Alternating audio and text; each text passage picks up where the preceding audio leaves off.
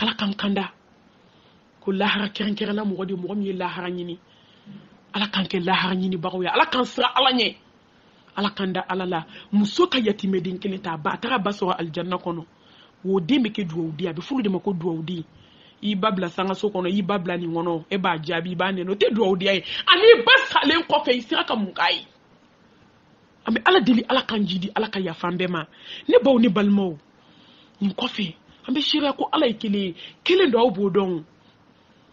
لا إله إلا الله وحده لا شريك له له الملك وله الحمد يحيي ويميت وهو حي لا يموت بيدك الخير إنك على كل شيء قدير كسيني نماني بركة على كو جداونا بيلي بيلي كمصطفى صلى الله عليه وسلم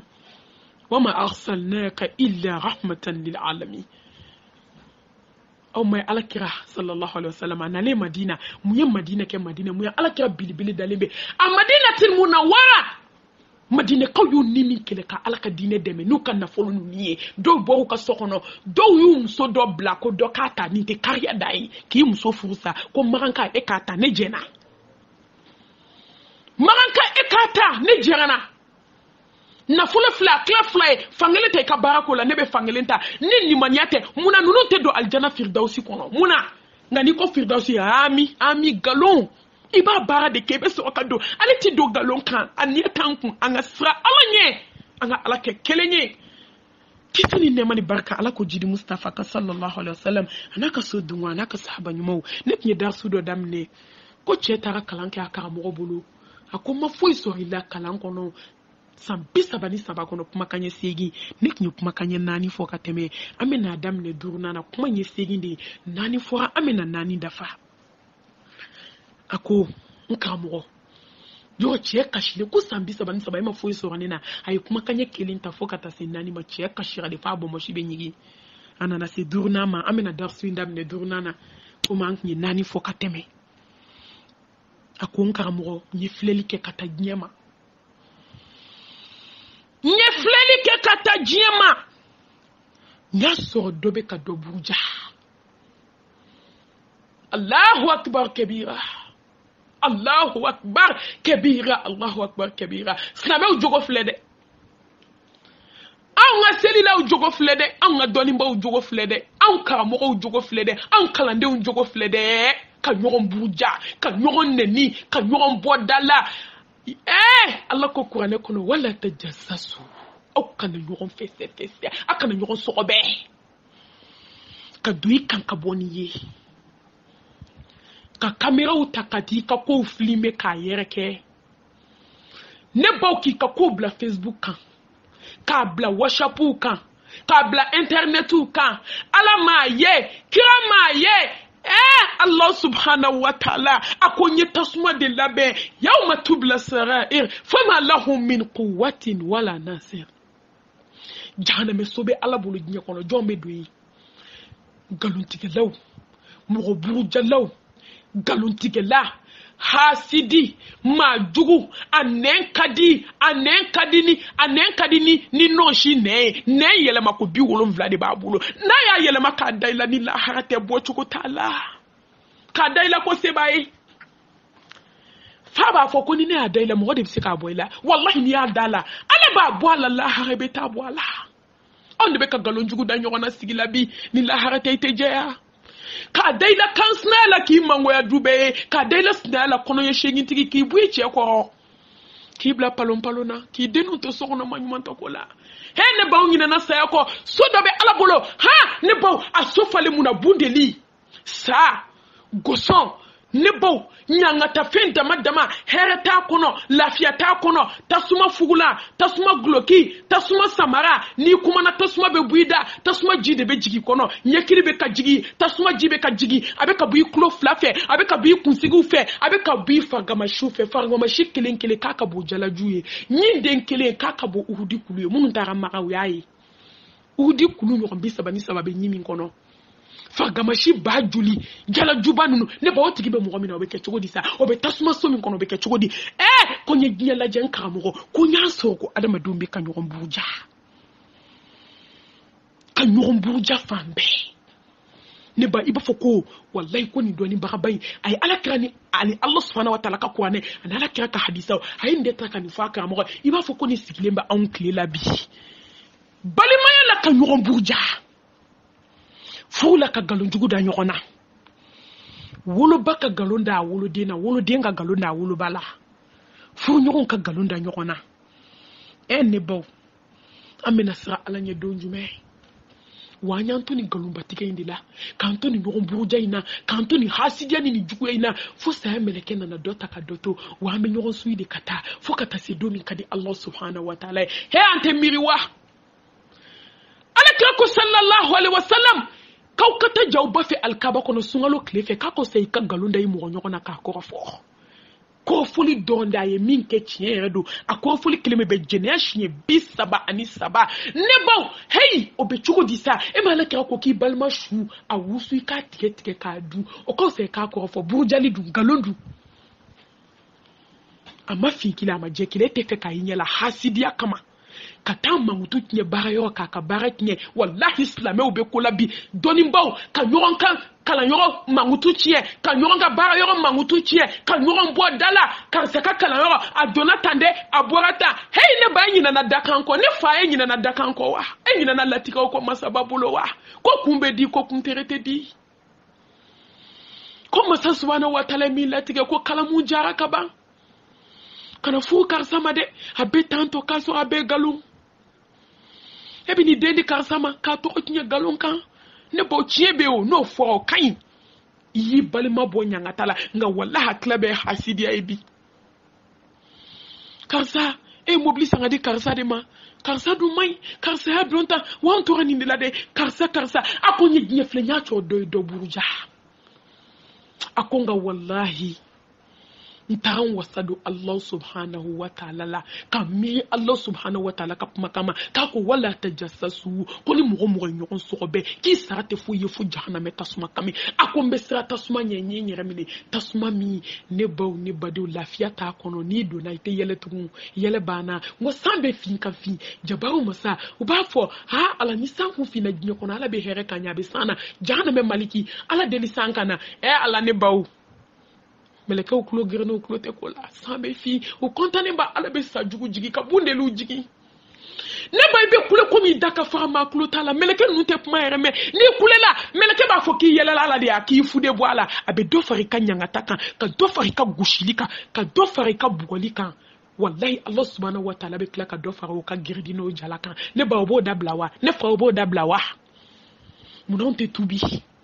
kabo nyoron kop mama kabo nyoron burjama kabo nyoron halaki ma nyoron kofe kabo dabali juguma kata nyoron bara ka nyoron ka furutie ka nyoron bara ko do gakulu kona ka nyoron bara ko do gogoro la ka nyoron bara ka to do nyege na bola ne ko sayati de la harata de ne bo kaburu jingite ya sa sigarati ya anga sira Allah subhanahu wa ta'ala ni je ko ko kabinya don ko ñogon burjati na fenye moye nyin ko do jie fembela ka hade ma don tui ka nyeshi alama ako kabinya don ko ala ba sebela jon ka kola ni mami ma fara ñogon na beti bone lahara ako nyin ko do jie maube ma mama toro mama burja mama korofo mama hasidia nyeshi ntigi ma ala ka le deli ka le weli kanjigi ka le ene bala kanini noyanyi aworna akanye gnelaje akon kamo nye ka gnelaje dobe ka do faka dobe ka nyon jugu ya dobe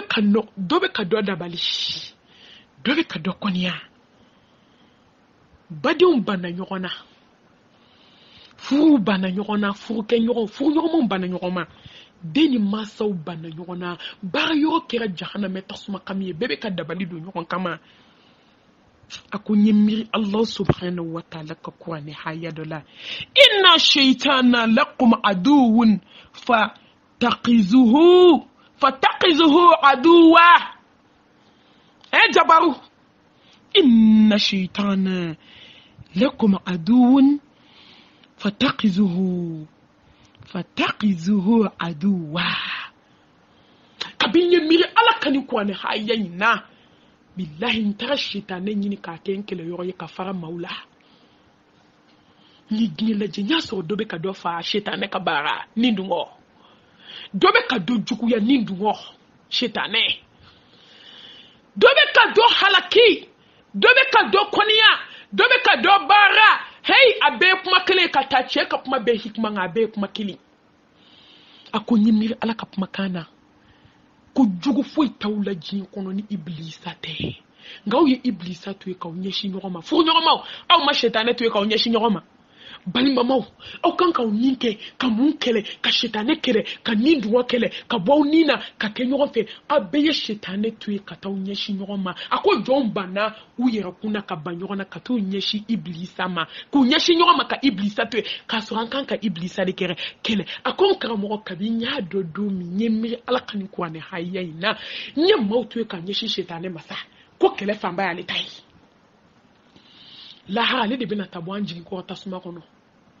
kiyama kene kale de bina tafo aye nyawnya la wa otugu wanko wa nyafi oduskuna aye nomine wa aye ntoko blaka ba ogingi nkoro masa tamu ye tasuma la wallahi ni ala na kunda na bi mo ma shetane mina fo ala ko nye mufie parce que ko ala man bena adama de mbefli ala ko kite sebela nga jon kerenkere no bi ala kan fara oluka ako nye nkofle ka dnye laje nye jate mine ke ka dnye laje he dnye nyaso benyina na shitane ko kinyeshi nyoma ako ngane ya soro ntanka nyeshi shitane de ma ani yire ni ka kele wallahi kabinye mira Allah subhanahu wa ta'ala kan ko ne haya bayma nyeshi shitane ba ka kele ka farambal maula ka faran furu nyonda ka farbal maula ka faran je nyonda ni mamunu be barala ka betu e ka nyeshi alama ka batu ka shitane ke njuye ka kele ne ba munete shitane ke juye iblisa muneti ninkele ni ninkele halisini sokoma ala be boda ki ala ka sikatu anga ninkele ala ko sira dama ne bon ni badi awulon vlala akunyi njo ka dnye laje nyaso bebe ka effort ke sanu baba bebe ka effort ke djie kama djie bebe ka effort ke dunuya kama sanu wari fini dnye bebe ka dnye nyini de nyaso adama dombe ka effort ke de me milar bo kata de nyini halni ni be to adafe ne be sanu soro halni be sa ne be mobili nyuma boli ne be do so nyuma kono ne be da etaji banka halni ne ni be tikene kono wallahi ne ba ne badu ednye nyaso adama do nya chesirika ko kramo nyaso be de kele ka chesirikele mbakele ta nyanyini kama masa nyonko fleka laje nyaso bebe ka chesiri ke nye kama ube ka chesiri ka ribata ka fra nyoronkan ka dama de ontonyo ka jene yake akwa haketo nye ye bi che janfan kata hotel la kata million kele mina kata wa keme mine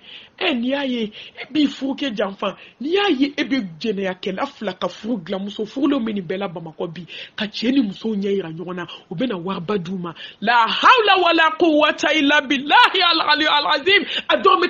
kele la harebe ta be fono kabu kono billahi furu mo man na fulu tigi fu ameni kalama bi de fona la hinana jomina na folotigi che ana na folotigi muso nga muso be che mamolo che be muso bolo wallahi ko négocier ko din na folotigi do maklefla o be so afa min da ale ma o kacha no papa ko ka muso be ni bela je muso mali muso je muso laba nga o meni nabi ka muso nege ka do jena ya dafe ka muso nege ka do je kanu dafe so afa mi be dama ko mine la hawla wala quwwata illa billah ka muri bara mine ka ke walde ngono ko kuma ka yele maka tace wera fe ki ba fukela neko ni an ke tugo de amena satanwa amena ala kumbe tanwa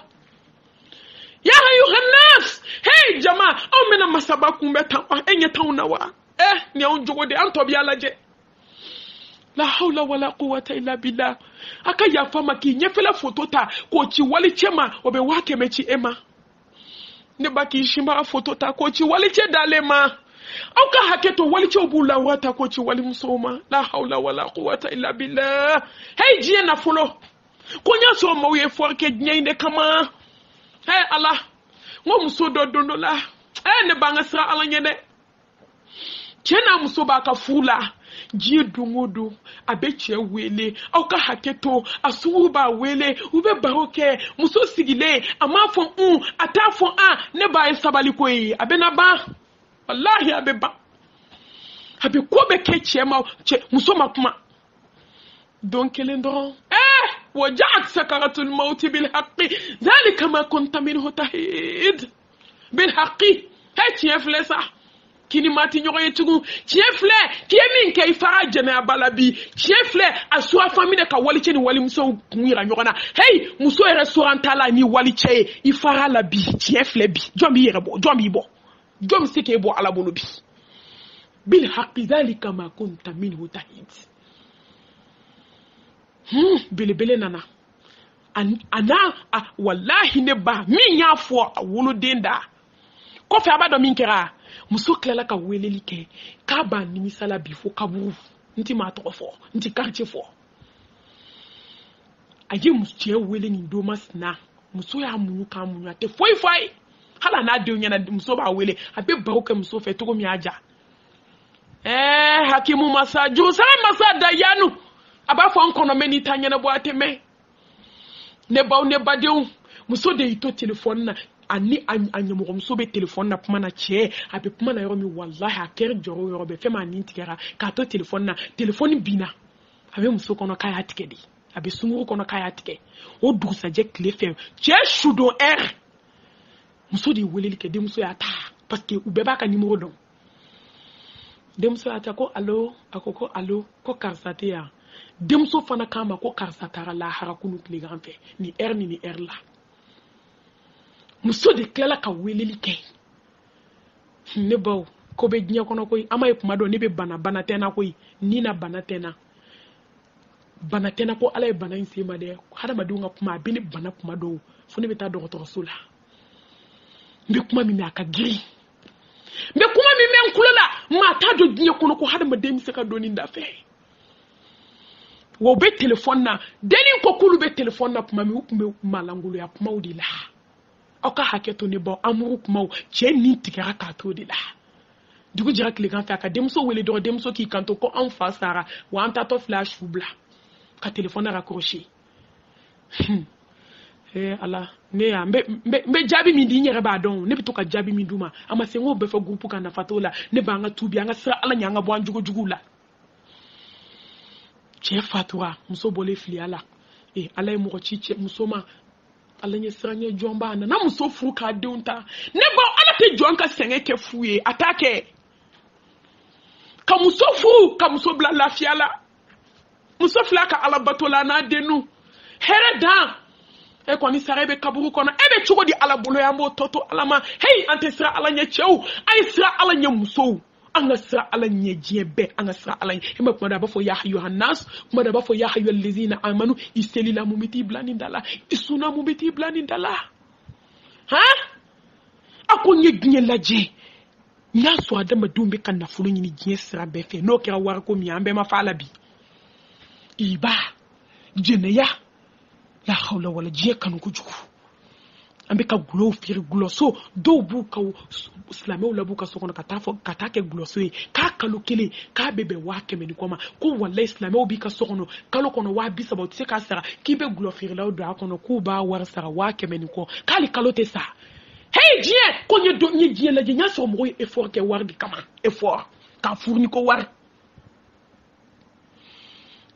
ko nye jinya la je nya so hana ma dendo kelen ka meshi shiri damne kata dabla kale dairi mesiri lendo la ala te mashi dairi mesiri haramuna neba anga na yere negen koy ambe ni wajunu bay ni ngupu nunka ala ko matani flala a salon te jombolo ko minte meshi digila o ki bolo ko ratan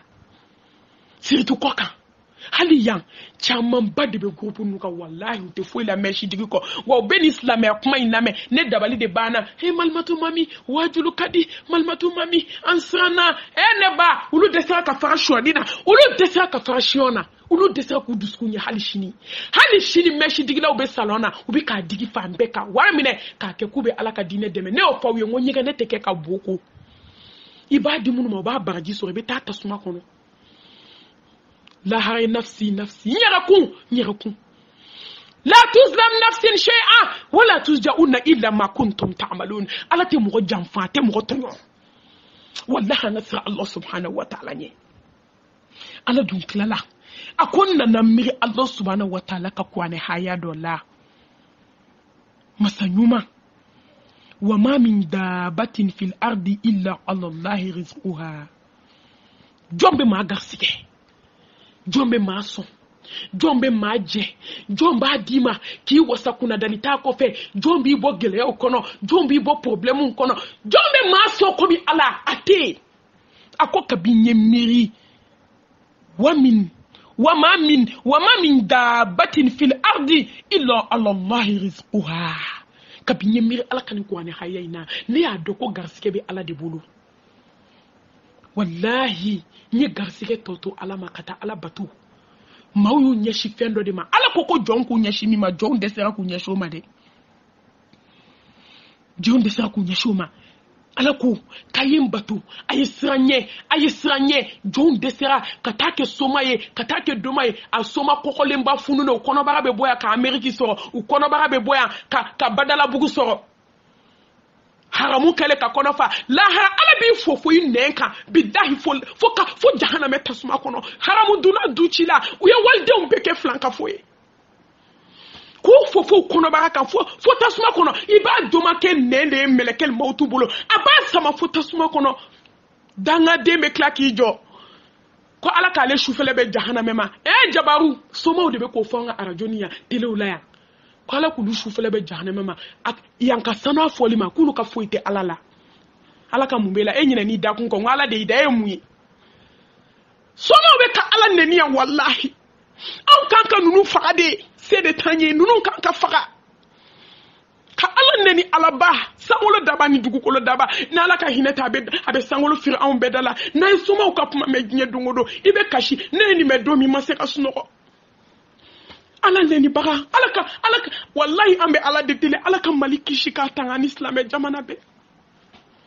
domake ebe takabu kono ibe ala sorinye antante ife asira ala mi ma ka boni be nga wallahi amba nyine Allah subhanahu wa ta'ala fe mama kibe ala neni Allah subhanahu wa ta'ala kana to tigila setanye ni marfa diami metafa ni sebenye wallahi sede tenye asoma ko le munu be ka ala neni bi ni sekenye bi mbu fa uteshi dugu koloka na sete joye ayu ko duskuna muna be tufe islamé o de unya do mo ola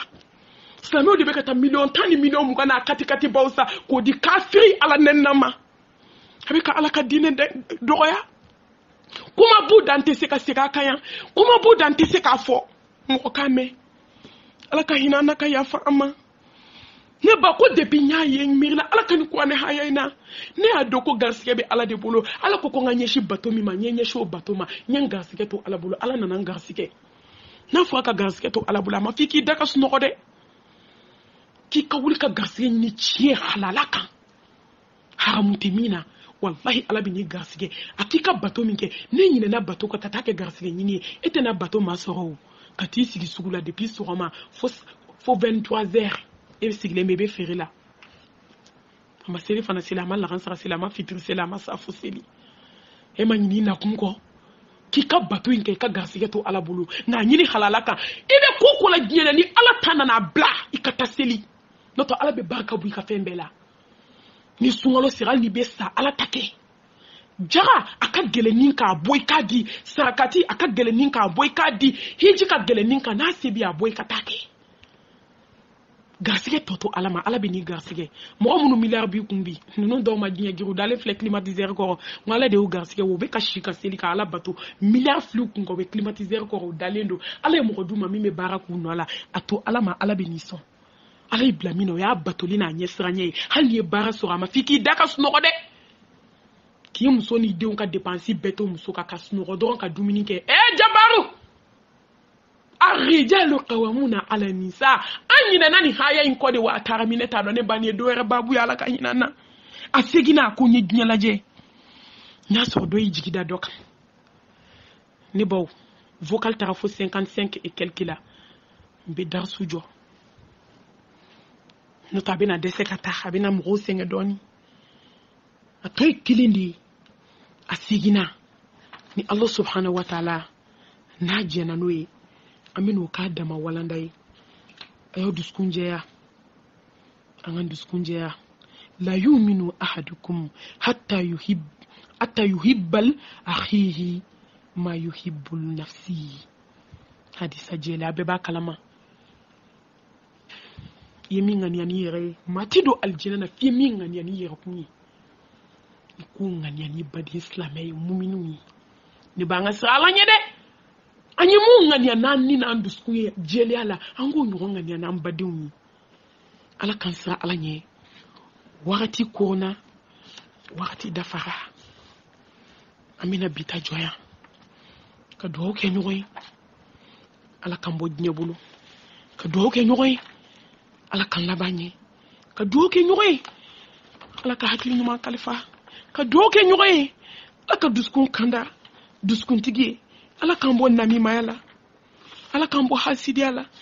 kan duskun kanda juguyama ka kanda bensen konyama ka kanda jugu façon bela jeli aba fo rabbana atina fi dunya hasana wa fil akhirati hasana wa qina azaban nar rabbana la tuzigh qulubana ba'da idh hadaytana wa hab lana min ladunka rahmatan innaka antal wahhab allahumma inna nas'aluka al huda wal ghina wal tuqa wal alfafa برحمتك يا أرحم الراحمين اللهم إني أعوذ بك من الهم والحزن وأعوذ بك من العجز والكسل وأعوذ بك من البخل والجبن ومن غلبة الدين وقهر الرجال برحمتك يا أرحم الراحمين ربنا تقبل توبتنا ربنا تقبل صلاتنا ربنا تقبل سجودنا ربنا تقبل ركوعنا ربنا تقبل دعاءنا ربنا تقبل منا إنك أنت السميع العليم وتوب علينا إنك أنت التواب الرحيم وآخر دعوانا الحمد لله رب العالمين.